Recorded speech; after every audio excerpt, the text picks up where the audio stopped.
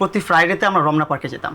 রমনা পার্কে গেলে কি হতো, ওইখানে অনেক কন্টেন্ট ক্রিয়েটাররা একসাথে হতো। এখানে একসাথে সবাই ভিডিও করতাম, মজা করতাম, মাস্তি করতাম। দেখলাম সবাই লাইকিটা ইউজ করতেছে, তখন আমিও লাইকি অ্যাপস ডাউনলোড করলাম।